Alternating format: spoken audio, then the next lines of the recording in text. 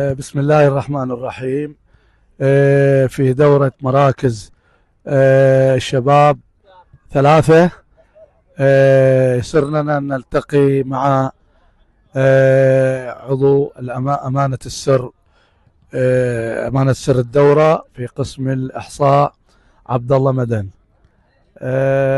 عبد الله، المجموعة الأولى في الجولة الأولى، في الجولة الثانية الفرق كلها متعادلة.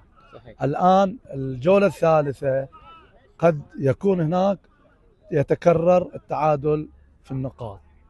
المخرج، اللائحة الداخلية مالت الدورة شنو تقول بالنسبة لهذه، على أساس من اللي يصعد إلى الربع النهائي فيما لو تعادلوا في النقاط؟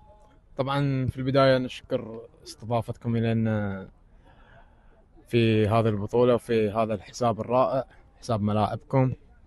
الحسابات طبعا راح تكون في حال تعادل فريقين أو أكثر حسب اللائحة المذكورة مالت البطولة.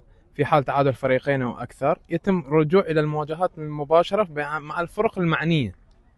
يعني في حال تعادلوا جميع الفرق مثلا في المجموعة، لأن في احتمالية تعادل جميع الفرق، في حال تعادلوا جميع الفرق يتم الرجوع إلى المواجهات. في حال أن المواجهات قالت أن كل واحد مثلا غلب الفاني، يعني مثلا الحجر غلب صدد وصدد كل واحد أخذ 3 نقاط من الثاني، هناك يتم الرجوع إلى فارق الأهداف.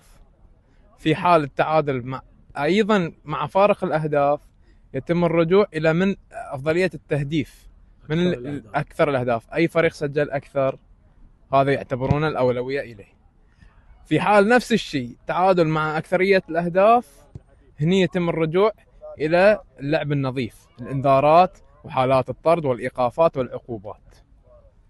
إنزين، في حال نفس الشيء تعادل بعد في اللعب النظيف، يتم الرجوع أخيرا إلى القرعة. يتم تحديد، يعني يتم دعوة من قبل اللجنة المنظمة إلى الجهاز الإداري للفريقين أو ممثلينهم يحضرون لنا في مقر المركز، اللي هو مقر الاجتماعات في المركز تمكين شباب الحجر. ننظم لنا قرعة بسيطة، زين، نحدد فيها من اللي راح يتأهل عن طريق القرعة. طبعا هذا حسب اللائحة المذكورة.